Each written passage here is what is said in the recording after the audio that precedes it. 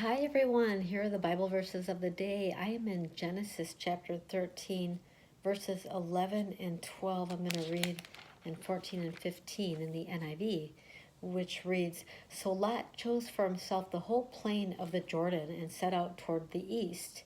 The two men parted company. Abram lived in the land of Canaan, while Lot lived among the cities of the plain and pitched his tents near Sodom. Verse 14, the Lord said to Abram after Lot had parted from him, Look around from where you are, to the north and south and to the east and west. All the land that you see I will give to you and your offspring forever.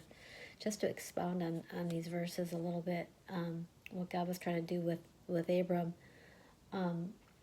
is that, I think Abram took Lot with him because I think he wanted somebody familiar around him.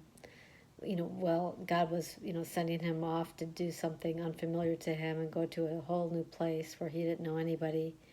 And, but this whole journey that God had him on was about him and what he was doing in his life and not Lot.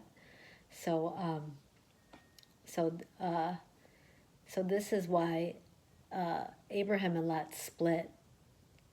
God said after Lot left him, now look, Abram, now look around from where you are to the north and the south, to the east and the west. All this land I will give to you and your offspring forever. So to Abram and his offspring and his descendants forever, not Lot's. It had nothing to do with Lot. So the problem with having those two together was that Lot was concealing the full vision of what God was calling Abram to do.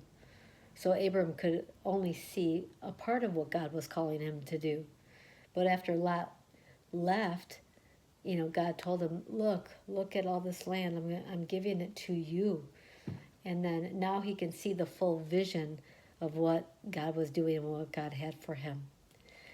And then I just wanted to inform you that if you would like to or feel led to give and support my channel, sow a seed to my channel, I'd be grateful and thank you so very much. May God bless you abundantly. I'd be so grateful for that.